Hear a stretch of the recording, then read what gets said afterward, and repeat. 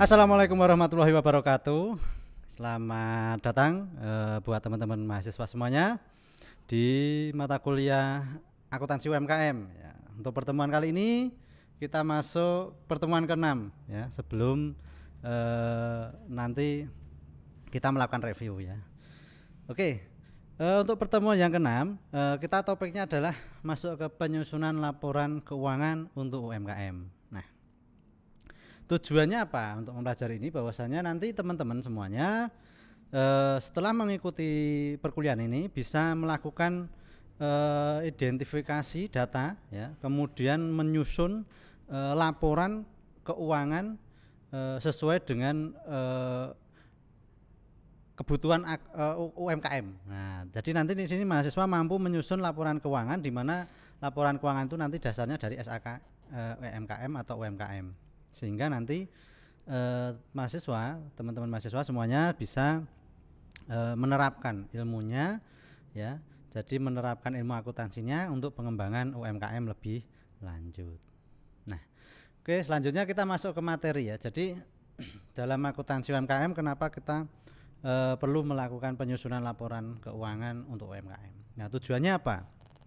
Jadi penyusunan laporan keuangan UMKM yang sesuai dengan SAK itu untuk mengetahui kemungkinan ya, bahwasanya dalam menyusun itu sudah sesuai dengan standar yang ada. Nah, kemudian langkah-langkahnya bagaimana yang harus dilakukan, lah itu nanti sudah ada pedomannya, yaitu SAK UMKM atau EMKM ya. Jadi kalau dulu ada istilahnya SAK etap, nah entitas tanpa akuntan publik. Nah sekarang sudah ada SAK khusus memang untuk UMKM. Jadi nanti dalam menyusun itu sudah disesuaikan dengan kebutuhan dan kondisi yang ada di UMKM saat ini. Nah, jadi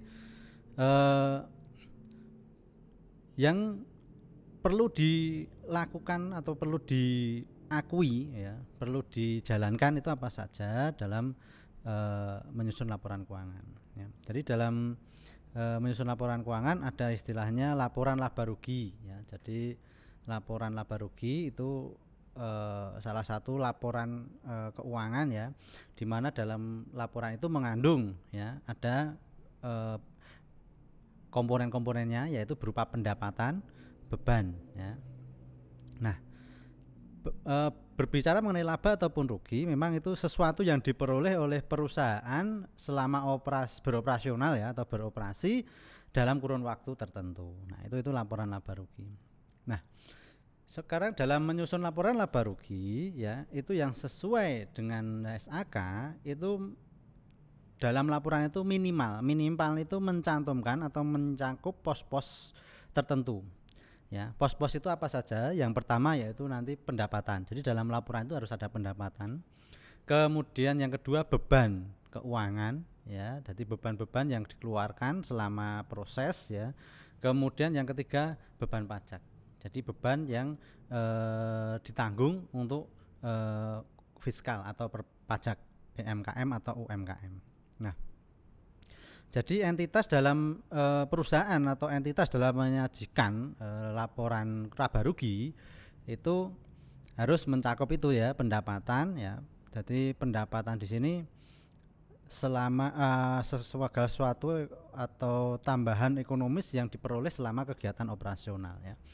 Jadi dalam laporan laba rugi itu dalam menyajikan memang harus relevan ya. Jadi kalau kita ingin memahami kinerja keuangan secara sesungguhnya ya, yang real, itu memang harus relevan dalam menyajikan laporan keuangan.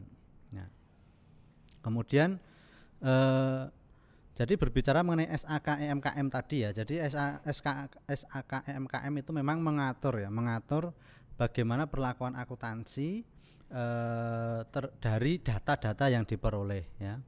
Kemudian nanti kebijakan-kebijakan apa saja yang perlu diambil oleh owner ya, atau pihak entitas ya, dalam menyusun laporan laba rugi. Nah, selain laporan laba rugi, dalam laporan keuangan UMKM itu ada laporan posisi keuangan ya. Jadi laporan posisi keuangan itu laporan yang menyajikan memang berbicara mengenai keseimbangan antara aset dengan kewajiban atau aktiva dengan pasiva.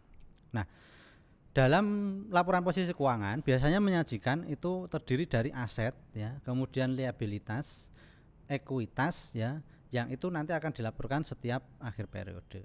Nah, kalau menurut SAK, EMKM atau UMKM ya, jadi posisi keuangan atau entitas itu mencakup pertama ada kas dan setara dengan kas, laporan kas setara dengan kas. Yang kedua, laporan piutang ya. Dan yang ketiga, laporan persediaan. Yang keempat, laporan aset tetap ya. Kemudian yang kelima, laporan utang usaha. Yang keenam, laporan utang bank, dan yang ketujuh, laporan ekuitas. Nah, jadi menurut SAK EMKM itu tidak menentukan format atau urutan ya terhadap pos-pos aset berdasarkan likuiditas. Namun kan selama ini dalam menyusun laporan keuangan ya, secara idealnya memang posisinya itu diurutkan yang paling liquid untuk berbicara mengenai aset ya, seperti itu.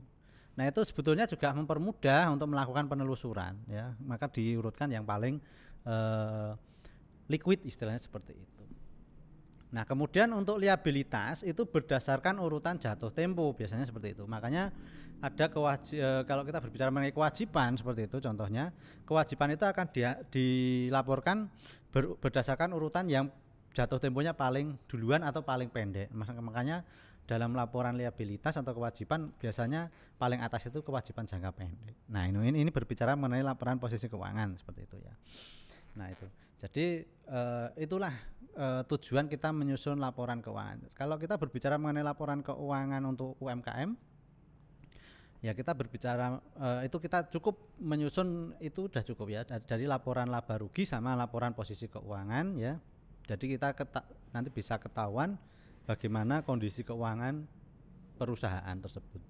Nah, untuk selanjutnya kalau kita berbicara mengenai laporan keuangan ada istilahnya karakteristiknya ya. Karakteristik itu yang pertama kita berbicara mengenai karakteristik kualitatif laporan keuangan. Nah, laporan keuangan itu bisa dikatakan memiliki nilai kualitas yang tinggi atau berkualitas ya istilahnya.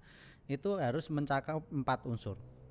Yang pertama, laporan keuangan dapat dipahami. Yang kedua, laporan keuangan itu relevan. Yang ketiga, andal ya, dapat diandalkan. Yang keempat, dapat diperbandingkan. Nah, ini karakteristik kualitatif laporan keuangan.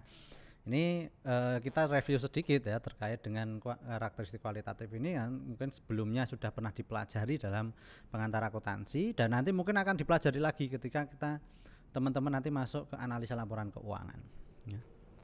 Nah, itu. Nah, kemudian asumsi dasar dalam menyusun laporan keuangan. Jadi dalam menyusun laporan keuangan ada beberapa dasar asumsi. Yang pertama yaitu dasarnya accrual. Jadi dalam menyusun itu dasarnya adalah accrual basic atau accrual basic istilahnya ya, dari dasar accrual ya. Kemudian yang kedua going concern atau kelangsungan usaha ya. Jadi laporan keuangan itu disusun karena memang beranggapan bahwasanya usaha itu berjalan terus menerus gitu loh, tidak berhenti ketika itu juga ya. Jadi tidak satu episode ya, atau satu periode selesai, enggak ya, tapi ini akan berlanjut berkelangsungan istilahnya dan berkelanjutan. Itu sebagai dasar dalam menyusun laporan keuangan. Nah, untuk selanjutnya yaitu bagaimana mengukur unsur-unsur laporan keuangan. Jadi berbicara mengenai pengukuran unsur laporan keuangan, ini secara definisi itu proses penetapan jumlah uang untuk mengakui dan memasukkan setiap unsur laporan keuangan dalam neraca dan laporan laba rugi. Nah, dasar pengukuran unsur laporan keuangan itu apa saja ya? Yang pertama biaya historis. Jadi aset itu diakui ya, dicatat sebesar kas yang dibayarkan sesuai dengan nilai wajar dari imbalan yang diberikan ya kepada yang diberikan oleh perusahaan ya, seperti itu. Nah, dasar pengukuran historis untuk kewajiban itu sama ya. Jadi dicatat sebesar jumlah yang diterima sebagai penukaran ya, seperti itu. Nah, kemudian Dasar pengukuran yang kedua dalam unsur laporan keuangan yaitu biaya kini ya. Jadi biaya kini itu nanti dalam mengukur ya aset itu dari jumlah kas yang seharusnya dibayarkan ya. Bila aset itu diperoleh saat ini ya, jadi diperoleh masa sekarang. Nah demikian juga kewajiban itu akan dicatat sebesar kas ya yang dibayarkan ya, namun tidak di sini dengan catatan tidak didiskontokan ya, tidak mengalami perubahan sama sekali atau tidak mengalami value time value ya, value for money atau nilai waktu uang lah, tidak mengalami perubahan dari perhitungan nilai waktu uang, jadi tidak didiskontokan. Kemudian yang ketiga, dasar pengukuran unsur laporan keuangan itu berdasarkan nilai realisasi. Nah, jadi kalau berdasarkan nilai realisasi, nanti aset yang dinilai itu jumlahnya ya, itu dasar nilainya kas yang diterima itu dari nilai sekarang ya, nilai sekarang, dan itu juga tidak didiskontokan ya. Jadi ketika aset itu dijual harganya berapa, nah itu yang dimasukkan ke dalam unsur pengukuran laporan keuangan, itu yang dimaksud nilai realisasi ya. Nah kewajiban juga seperti itu, jadi kewajiban itu ketika dibayarkan itu saat ini itu berapa nilainya, nah itu yang diakui sebagai dasar pengukuran unsur laporan keuangan. Kemudian yang terakhir, yang keempat, yaitu nilai sekarang. Jadi aset dalam mengukur dalam unsur laporan keuangan ya, itu dalam menilai aset ya, memasukkan aset itu dari jumlah kas masuk ya, masuk bersih ya di masa yang akan datang ya. Di sini ada unsur nilai waktu uangnya ya.